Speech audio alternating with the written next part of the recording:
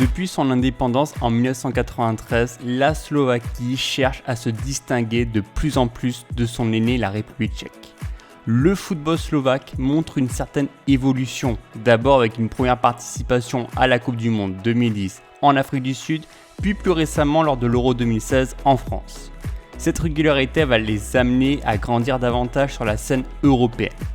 L'actuel sélectionneur Stefan Tarković connaît bien la sélection puisqu'il a été l'adjoint entre 2013 et 2018 et incarne une certaine réussite au pays. La Slovaquie a failli valider son ticket directement, mais elle a échoué à un petit point des Pays de Galles dans un groupe dominé par la Croatie. Dans la nouvelle formule de l'UEFA, la Slovaquie faisait partie des 4 seules équipes de la Ligue B non qualifiées avec la Bosnie, l'Irlande et l'Irlande du Nord. Elle se retrouve alors propulsée en barrage. Sans trembler, la sélection de Peter Pekaric se défait de l'Irlande puis de l'Irlande du Nord en prolongation. Marek Hamšík termine meilleur buteur avec 3 réalisations.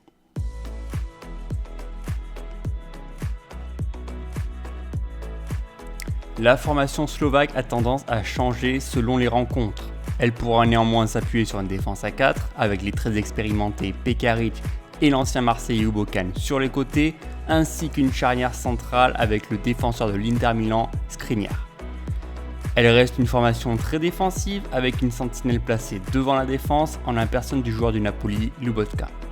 Le milieu de terrain à 3 est très complémentaire et les mouvements d'un Hamšík suivi d'un Kuka permet de soutenir la défense en cas de perte de balle. Elle reste une équipe qui préfère attendre l'adversaire et chercher un contre dévastateur. Pendant un certain temps, Martin Škrtel constituait la défense de fer de la Slovaquie. Aujourd'hui, elle peut compter sur Milan Skriniar, l'un des meilleurs défenseurs de Serie A. Il dispose de qualités défensives et reste toujours dans le bon tempo pour effectuer un tacle dans les pieds de l'attaquant. Il sait également garder son calme sous la pression et peut aider ses coéquipiers dans la relance. À 26 ans, il peut devenir ce nouveau patron slovaque. La Slovaquie évoluera donc dans le groupe E avec l'Espagne, la Pologne et la Suède. Et maintenant, je vais vous dire pourquoi et comment la Slovaquie peut remporter l'Euro 2020. D'abord parce qu'elle peut s'appuyer sur une stabilité défensive avec les latéraux Ubokan et Pekaric qui comptent plus de 60 sélections chacun avec la Slovaquie. Ajoutez à cela la forme d'un Skriniar et la présence d'une sentinelle en la personne de Lobotka au milieu de terrain, on sent vraiment que ce bloc slovaque est difficilement modulable par les adversaires. Elle peut s'appuyer sur un jeu de construction avec beaucoup de patience et beaucoup de calme. La Slovaquie ne veut pas se précipiter dans la construction de son jeu. Elle laisse volontiers la possession à l'adversaire, mais quand ils doivent mettre le pied sur le ballon, c'est pour construire une action en partant du bas. Une fois que le milieu comme Kuka ou Lobotka prend la possession de la balle, ses coéquipiers offensifs doivent donc se retrouver dans la dernière partie du terrain de l'adversaire et créer de nouvelles occasions de but. Attention tout de même parce que la Slovaquie constitue une attaque assez amorphe. C'est une équipe qui joue avec un bloc défensif très regroupé et ne parvient pas toujours à se montrer dangereuse dans les actions offensives.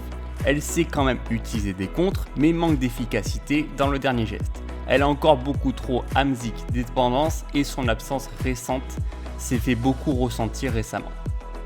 Pas toujours les résultats attendus. Lors de la nouvelle saison de la Ligue des Nations, la Slovaquie n'a cumulé qu'une seule victoire, les amenant même à être relégués en Ligue C pour la saison suivante.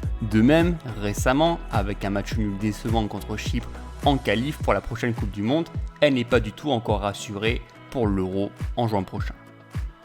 Merci à tous d'avoir suivi cette vidéo. N'hésitez pas à me dire dans les commentaires ce que vous pensez de cette sélection slovaque. Pensez-vous qu'elle va être un petit peu trop Hamšík dépendance? Pensez-vous qu'elle peut créer la surprise? N'hésitez pas à me dire tout ça dans les commentaires. N'hésitez pas non plus à partager la vidéo sur vos réseaux sociaux, à vous abonner à la chaîne si ce n'est pas encore fait.